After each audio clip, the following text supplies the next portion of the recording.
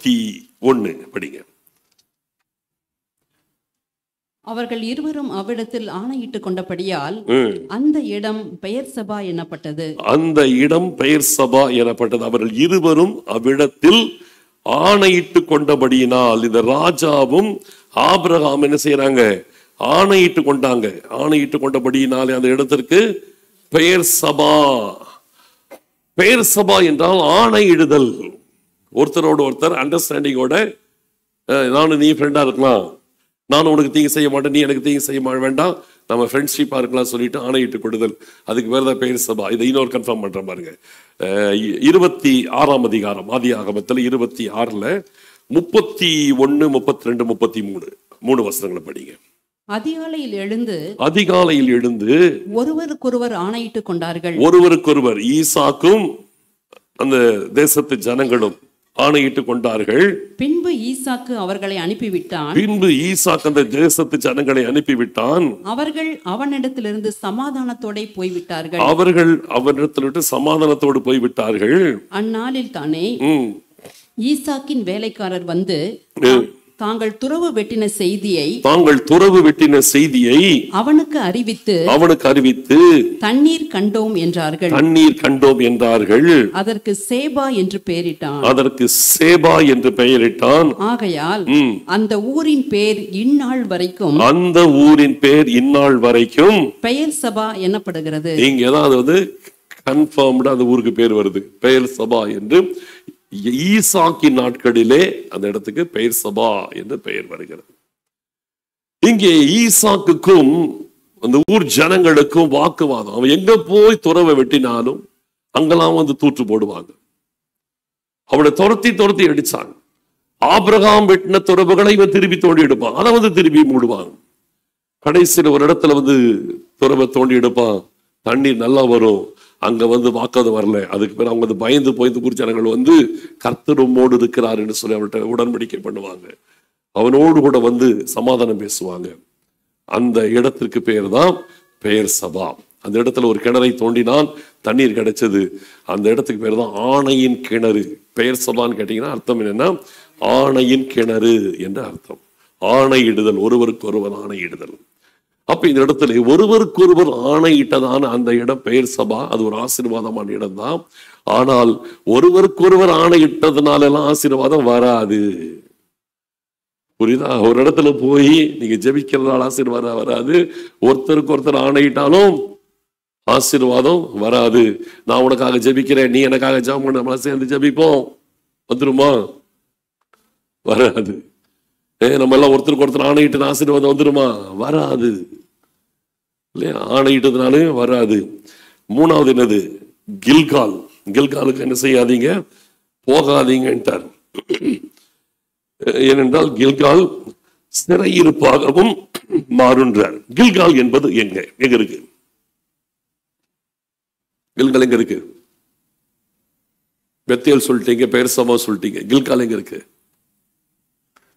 எங்கேயோ இருக்குது. சரி, வாங்க யோசுவாவின் புஸ்தகம் 4வது அதிகாரம் 19வது வசனத்தை வாசிக்கலாம். இந்த பிரகாரமாக முதல் மாதம் 10ஆம் தேதியிலே ஜனங்கள் யோர்தானிலிருந்து கரையேறி, ஜனங்கள் கானான் தேசத்துக்குள்ள என்ட்ராகிறாங்க. யோர்தானிலிருந்து கரையேறி எரிகோவுக்கு கீழ் எல்லையான கில்காலிலே பாளையம் இறங்கினார்கள்.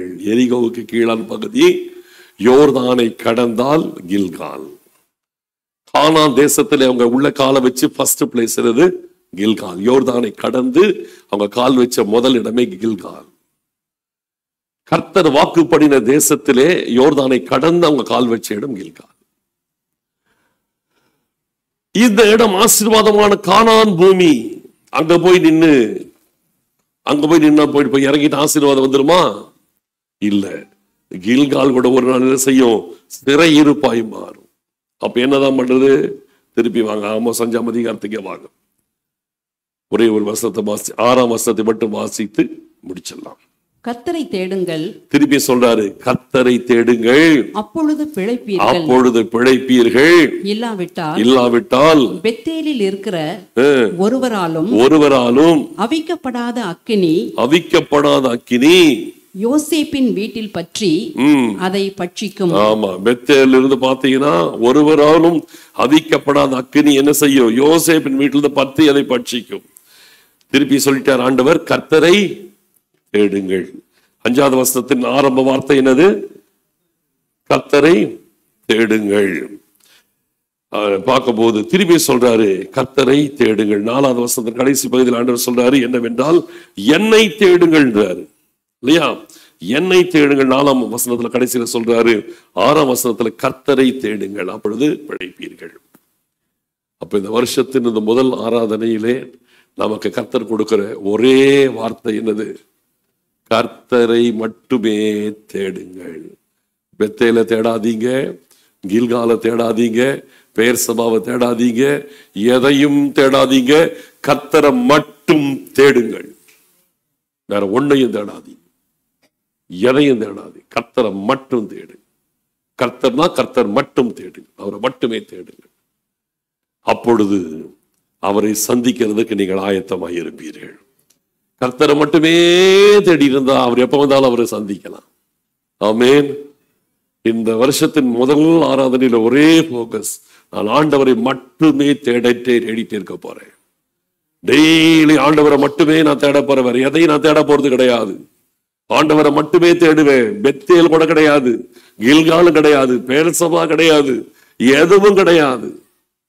என் ஆண்டவரை மட்டுமே தேடுவேன். ஆண்டவரை மட்டுமே தேடுகிறதுனாலே என் ஆண்டவர் வரும்பொழுது நான் அவரை சந்திக்க ஆயத்தமாக இருப்பேன். இப்படிதான் கர்த்தர் சொல்றாரு, நீ என்னை சந்திக்க ஆயத்தப்படுங்கிறார் ஆண்டவர். இந்த வருஷத்துல இன்னும் நிறைய பார்க்க போறோம். நம்முடைய வாழ்க்கையிலே இந்த முதல் நாளிலே ஆண்டவர் சொல்ற, என்னை தேடுங்கள், கர்த்தரை தேடுங்கள்.